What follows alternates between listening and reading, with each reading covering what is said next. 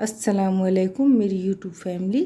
جب آپ کی عمر 12 برس 2 مہینے 10 دن کی ہو گئی تو ابو طالب آپ کو ساتھ لے کر تجارت کے لیے ملک شام کے سفر پر نکلے اور بصرہ پہنچے۔ اس شہر میں ایک راہب رہتا تھا۔ جب قافلے نے وہاں پڑاؤ ڈالا تو یہ راہب اپنے گرجا سے نکل قافلے کے اندر آیا اور اس کی میزبانی کی، حالانکہ اس سے پہلے وہ کبھی نہیں نکلتا تھا۔ اس نے رسول اللہ صلی اللہ علیہ وسلم کو آپ کے اوصاف کے بنا پر پہچان لیا اور آپ کا ہاتھ پکڑ کر کہا، یہ سید العالمین ہیں، اللہ انہیں رحمت للعالمین بنا کر بھیجے گا۔ ابو طالب نے کہا، آپ کو کیسے معلوم ہوا؟ اس نے کہا، تم لوگ جب گھاٹی کے اس جانب نمودار ہوئے تو کوئی بھی درخت یا پتھر ایسا نہیں تھا جو سجدے کے لیے جھک نہ گیا ہو، اور یہ چیزیں نبی کے علاوہ کسی اور انسان کو سجدہ نہیں کرتی۔ پھر میں انہیں مہر نبوت سے پہچانتا ہوں جو کندھے کے نیچے نرم ہڈی کے پاس سیب کی طرح ہے، اور ہم انہیں اپنی کتابوں میں بھی پاتے ہیں۔ جفا کشی کی زندگی۔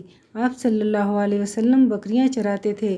آپ صلی اللہ علیہ وسلم نے بنی سعد کی بکریاں چرائیں۔ مکہ میں اہل مکہ کی بکریاں چند قیرات کے عوض چراتے تھے۔ 25 سال کی عمر ہوئی حضرت خدیجہ رضی اللہ تعالیٰ عنہا کا مال لے کر تجارت کے لیے ملک شام تشریف لے گئے۔ حضرت خدیجہ ایک معزز مالدار اور تاجر خاتون تھیں اور لوگوں کو اپنا مال تجارت کے لیے دیتی تھیں۔ جب انہیں رسول اللہ صلی اللہ علیہ وسلم کی راست گوئی اور اچھے اخلاق کا علم ہوا تو انہوں نے ایک پیغام کے ذریعے پیشکش کی کہ آپ ان کا مال لے کر تجارت کے لیے ان کے غلام کے ساتھ ملک شام تشریف لے جائیں۔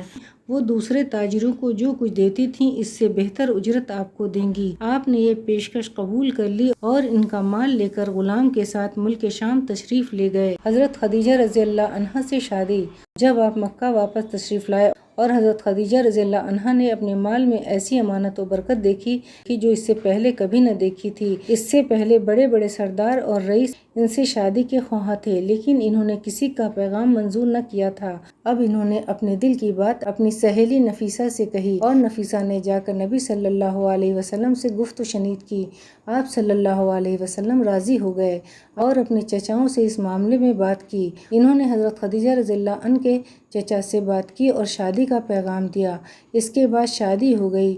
یہ ملک شام سے واپسی کے 2 مہینے بعد کی بات ہے۔ آپ صلی اللہ علیہ وسلم نے مہر میں 20 اونٹ دیے۔ اس وقت حضرت خدیجہ رضی اللہ عنہ کی عمر 40 سال تھی اور وہ نسب و دولت اور سوجھ بوجھ کے لحاظ سے اپنی قوم کی سب سے معزز اور افضل خاتون تھیں۔ یہ پہلی خاتون تھیں جن سے رسول اللہ صلی اللہ علیہ وسلم نے شادی کی اور ان کی وفات تک کسی دوسری خاتون سے شادی نہیں کی۔ ابراہیم کے علاوہ رسول اللہ صلی اللہ علیہ وسلم کی بقیہ تمام اولاد انہی کے بطن سے تھیں۔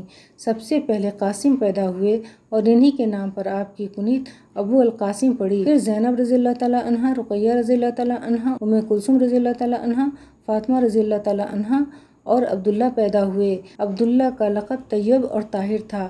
آپ صلی اللہ علیہ وسلم کے سب بچے بچپن ہی میں انتقال کر گئے، البتہ بچیوں میں سے ہر ایک نے اسلام کا زمانہ پایا، مسلمان ہوئیں اور ہجرت کے شرف سے مشرف ہوئیں، لیکن فاطمہ رضی اللہ تعالیٰ عنہا کے سوا باقی سب کا انتقال آپ کی زندگی ہی میں ہو گیا۔ حضرت فاطمہ رضی اللہ تعالیٰ عنہا کی وفات آپ کے 6 ماہ بعد ہوئی۔ انشاءاللہ اگلی ویڈیو میں پھر ملتے ہیں۔